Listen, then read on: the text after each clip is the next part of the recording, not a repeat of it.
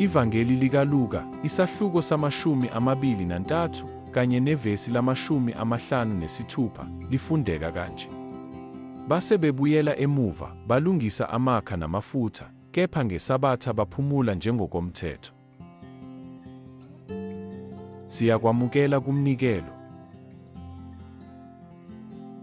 Phezulu kukaLuka, isahluko sama-23, kubonakala sengathi ukuthula kuthule ekupheleni kwesahluko esidabukisayo. Kodwa kufihlwe kuleyo nkulumo elula. Baphumula ngeSabatha.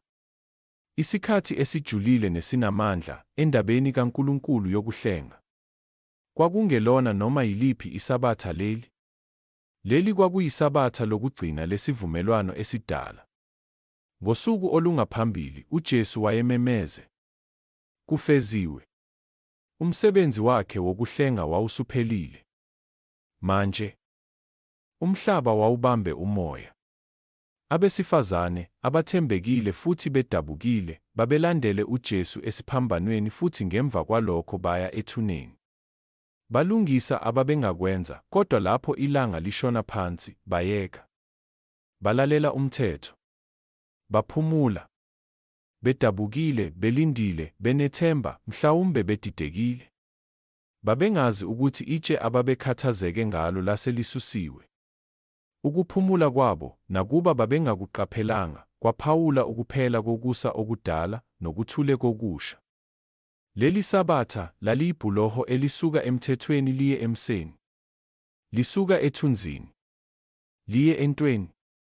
Njengoba abafundi babelila, njengoba uJosefa noNikodemu babecabanga, futhi njengoba abaphristi benza icebo lokubamba lokho okwase kukhululiwe. Okuthile okungcwele kwakwembuleka ngemva kweveli. ISabatha laphakade laliyeza.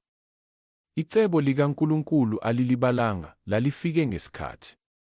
Ebumnyameni bokungaqiniseki nosizi, ukuphumula kwaphezulu kwasekudlula. Izulu nomhlaba kwakubuswa kabusha. Ukulinda akuzange kumoshe. Kwakungcwele. Ngakho sifunda okuthile okuyigugu. Ngezinye izikhathi, uNkulunkulu usibizela ukuba siphumule ngisho nalapho izinhliziyo zethu zingaphumuli. Ngezinye izikhathi, ukuthula akukhona ukungabikho bukaNkulunkulu. Kodwa kungukuthula okufika ngaphambi kokuvuka. Asikhuleke. Baba, ngiyabonga ngokuphumula okuza ngendodana yakho. Sifundise ukulinda ngokholo, ukulalela ngethemba, nokuthembela esikhathini sakho esiphelele, ngisho noma konke kubonakala kumnyama. Sengathi singangena esabatheni lakho laphakade ngoKristu iNkosi yethu. Amen.